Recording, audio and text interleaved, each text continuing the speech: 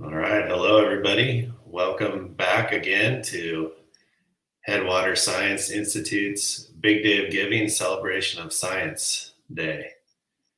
We're live here, so hopefully a few more people jump on, but I'll just jump right into it and introduce our Executive Director, Meg Seifert. We're going to chat with her just about the organization, what we do, how she's, what inspired her to get started with it, and all the impacts that it's had on students over the years. But first, I just want to say that the reason why we're here and coming to you live is it's Big Day of Giving, and it's 24 hours to donate to your favorite nonprofit, which is hopefully us. And so all you have to do to donate is to head over to the website, which is scrolling at the bottom of your screen. And it has all kinds of options there for you to make a donation. And whatever you choose to give, we are very grateful. And it helps us continue to do what we do and bring science education to students all over the country now, including the Sacramento area. So with that, I will introduce Meg and just ask you real quick, just talk a little bit about how important Big Day of Giving and just giving in general and days like fundraising days like this are for this organization. Yeah, we try to focus our fundraising around a few special days of the year, and Big Day of Giving is one of them. It's super important. Today's fundraisers are really focused on giving back to our school programs. We have a specific fundraiser for Sacramento schools in particular, since we're doing this with the Sacramento Community Foundation. But in addition, you can just donate towards our general programs. This goes to keeping things like Lunch with a Scientist free. I think, we're getting a couple thousand views a month on those channels. Super important for kids to get connected to scientists and careers in science, and we want to keep that free. And then it also goes to support school programs in general. Like Dan mentioned, across the country, people are using Lunch with a Scientist, and we pick up even in-person programs in other places where it's important. Obviously, we are located here in Northern California, so most of our impact is sort of in that corridor between the Bay Area and Reno. And we just really hope to change students' lives through the process of science, connect them to the environment, and give them skills that they can use for the rest of their lives. And so we can't do any of this, unfortunately, without fundraising. There's just no way, the way our education system is set up for schools to really afford our programs outright. And then in addition, obviously, to make Lunch with a Scientist free, we have some grants and things, but we need that donor support to bring all of these things to lots of students. Yeah, definitely. I'm glad you brought up Lunch with a Scientist, because for those who don't know, it's a bi-weekly YouTube series that we bring, where we bring professional scientists and have them present their research, and then ask them questions just based on how they got into their career path and things like that. And in fact, our program director, Jen Cotton, was just on live earlier this morning with Eliza Montgomery, who's a NASA engineer. Really cool conversation. And her Lunch with a Scientist is, you can find, if you go, all you have to do is just go to lunchwithascientist.org. And we actually just launched a cool searchable web database, so you can search for previous episodes based on topic or whatever you want to look for. And that there's about 60 plus episodes in our library, and we're bringing you more all the time. So, and also you mentioned our making programs free for schools, which is kind of the focus of this fundraiser today. And We've highlighted Barrett Middle School in Sacramento as one of the schools that we've worked with in the past, bringing them free programs. What have you seen from, like, just whether it's Barrett or just other schools that come do programs with us up and do field days, that they wouldn't normally be able to afford to do that, to send their kids, but we're offering these programs for free. What have you seen from their kids when they're out there in the field doing science research? Yeah, there's a couple things. I mean, I often get asked, don't kids already get science at school? And yes, most kids get science. Often we're teaching the history of science, things that have already happened, and you just learn about that. It is important to know and understand concepts in science, obviously, but that's not really science. Science is a process. It's a way of thinking, and so that's where we engage students. Students sometimes get like a little taste of this with a lab, but they're following steps to find something that's already been done that their teacher set up for them. How what we do really differs is that they start by getting to learn some of those concepts in science and then ask a question, and figure out how they can answer that question through data collection. They collect that data, they analyze the data, graph it, and then make a presentation and relate it back to the concepts that they already understood. So we give them that full process. And most schools, this isn't the way that science is done. With the next generation science standards, we're starting to get teachers doing bits of that. But a lot of teachers, unfortunately, they have training in science education as science teachers, but not in science. So we're asking teachers to do something that they don't really know. So we work with the teachers as well as the students to try to help those teachers see how this process works and how they can access that with their students, which I think is super important.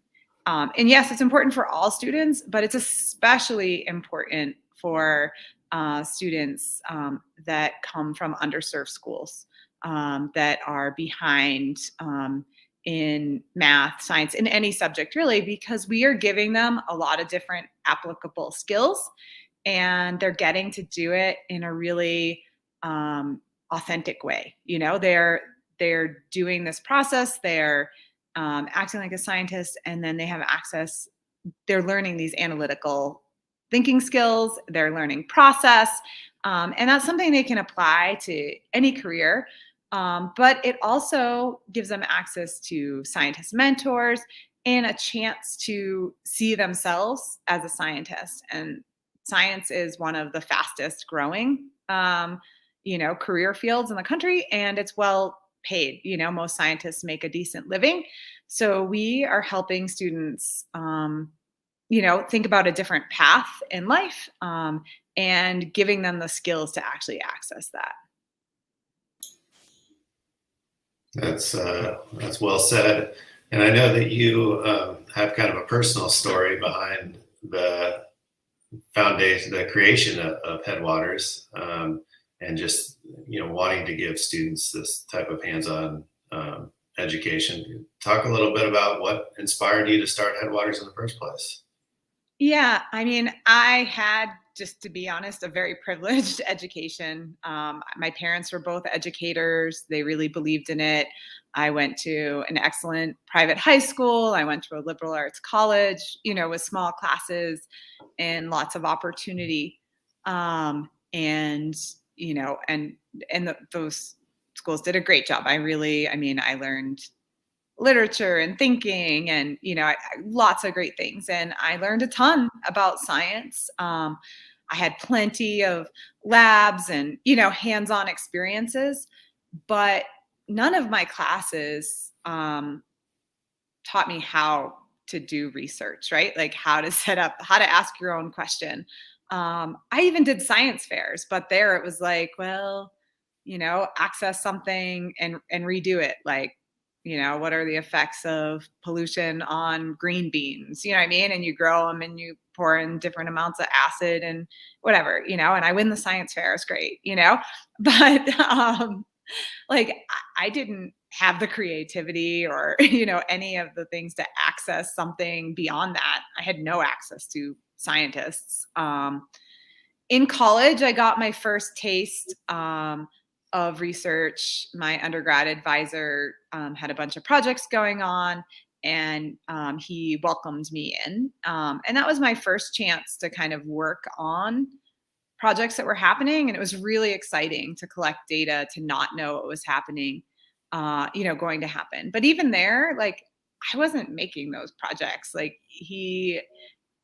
I learned a ton of skills. I learned how to do data analysis. I learned lots of parts, but I didn't really learn how to start a project even then. So when I entered graduate school and I was not hopping in on a project that was already being done, I was really lost. Like no one had, and I did have resources at that point. My undergrad advisor, my advisors in graduate school were super helpful to, help me make an amazing project and think about how to develop it, how to collect preliminary data, how to do those things. But I can't help feeling like that was really late in the game to be learning those skills as somebody, who's coming into graduate school with, you know, background having done research with the Forest Service, having done undergrad research, having been published, scored amazing on my GREs, had excellent, grades in school, all of the things. But like where, how did I not, have that? And I, before that, did not consider myself to be a particularly creative person. I did not think that that was necessary. Do you know what I mean? In science, science is about being really detail oriented and doing everything just so, and being organized. And yes, those skills are all important, but I really should have been working on some of the creative skills. I think I was lacking. So I think we're losing people in science also. Like there are really creative people who have no idea that is needed in science. They think it is only the memorization of information, that things have already all been done. That's stuff I hear from students all the time. And I guess I kind of knew that things weren't already all done, but I didn't really know how exactly the next steps forward, happen. And so I'd love to see more kids give science a chance, and know that it hasn't all been done, that it's exciting, and that they can do it, and that their creative skills are really needed, and that they can hone in some of these other skills to be an amazing scientist. Yeah, I bet have been able to see over the years with the thousands of students that Headwaters has worked with. It must be a transformation when they get out in the field and start doing research, especially on field days up in the Truckee Tahoe area. Beautiful. It's got to beat a classroom any day of the week. Right? Yes. Yeah. I mean, I have seen so many amazing things from students in the early days of trying to develop this process and testing things out. There were tons of moments that just was like, okay, this is so important. This can work. Things like the King Fire had come through, and we had a group of high school students up here. And, they had really intended to ask other questions about the meadow and, water and human impact. But there was all this ash, that had just fallen. The fire had subsided right before they came, and it had come within 10 miles, of the study site. And so they couldn't help but notice it. And so we went, we allowed them to go in that direction for asking questions and for their projects. And as we're out there collecting data, they're picking up like tiny pieces of ash in the meadow. Like one group was trying to see how much ash had fallen. Another group was looking at could the ash change the pH of the water? Could it change the pH of the soil? Things like that. Trying to look at impacts as well as amounts. And so this was incredibly tedious. And I had done so many citizen science projects with students before starting Headwaters, thinking that that was the way to get them involved. Like, you can collect real data that's going to a data set. It's so important. This is really hard when somebody's coming in for a short time to convince them, you know what I mean, that what they're doing is important. They don't see the bigger picture of the project. I mean, it can be meaningful, don't get me wrong, and it's great to get them outside, but I just always felt like something was missing. If I had ever asked these students to do this, there's no way they would have spent even 10 minutes diligently picking up pieces of ash. And now, like a couple hours in, I have students turning to me, like asking if I'm being careful enough while I'm laying there, you know what I mean, trying to pull ash out of the grass. And so, that's one part of it, is the ownership. Like, this is their project. Please don't mess this up on me if you're going to help me. All the things that I was trying to tell people in the reverse, like with citizen science. Um, and just kids who, not in that class, the kids were all pretty diligent students, I guess. I don't remember anyone in particular, but other instances of teachers trying to tell me, like, oh, like, you shouldn't work with these kids while you're trying this. You know what I mean? They're not good students. Like, it's not going to be good for you. And I was like, no, I want to see how this works, you know what I mean, with everybody. And students who were like, you know, barely passing class, not wanting to come to class. And all of a sudden they're like going home to make some piece of equipment to try to answer their questions. They're leading their group. The teacher's like, wait, what just happened?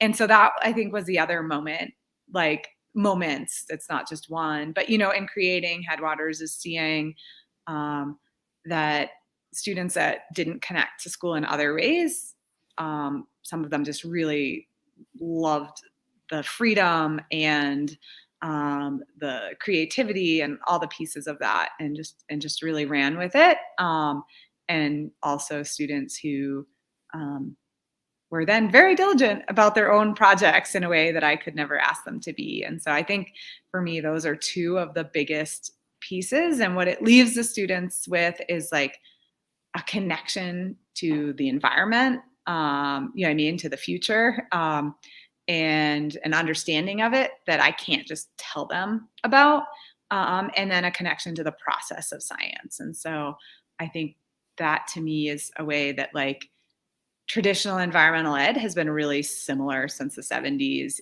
early 80s. And it's great. Like, it does a lot of awesome things and gets kids outside, but this was like a different level of connection that I hadn't seen through citizen science and environmental ed, that just felt really, really special. It doesn't mean we should stop doing those things, but it just gave me an idea that, like, this is different. This is a way to connect kids to the outdoors and to science.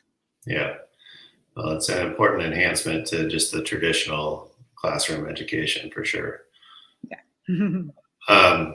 Well, you talked about just connecting with students over the years of Headwaters recently, I guess spurred by the pandemic, unfortunately. But if you can say that one good thing has come out of it, it's the fact that a lot of the programs and things that we do are available to anybody across the country, not just in Northern California.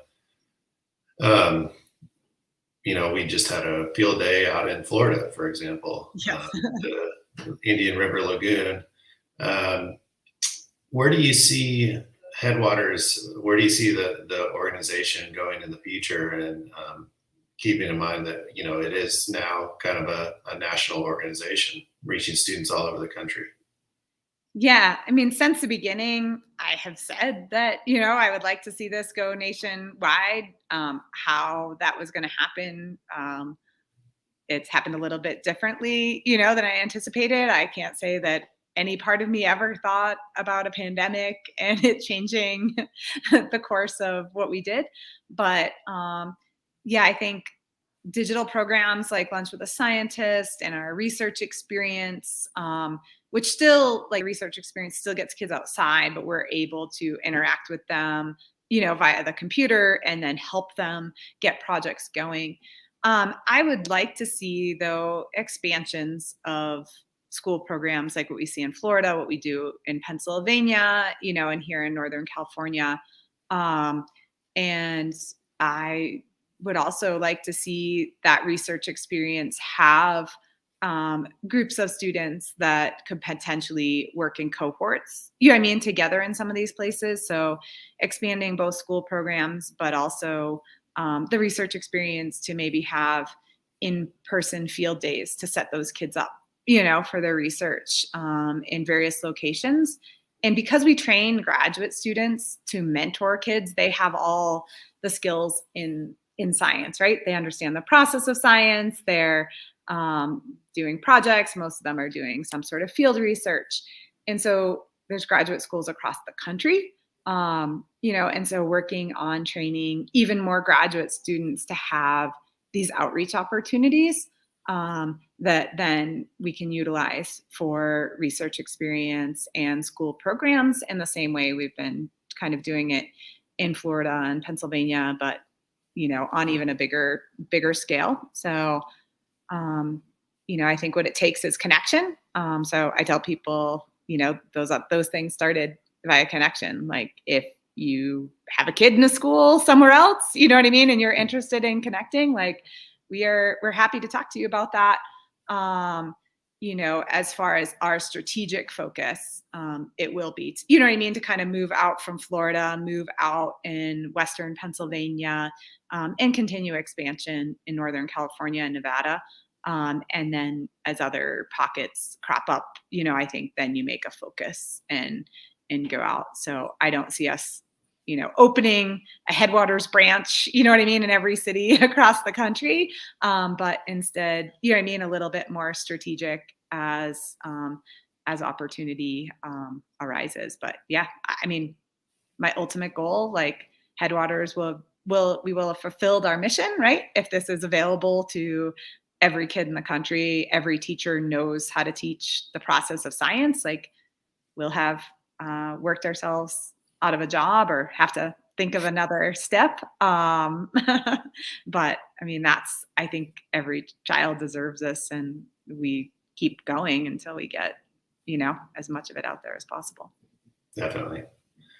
Well said. And just like the Sacramento area, the free programs that we've offered to schools around there, we offer the same in Western Pennsylvania, and just for any school, we'd that's interested in our programs. And the more money we raise today and other fundraising days, the more free programs we can offer to schools. So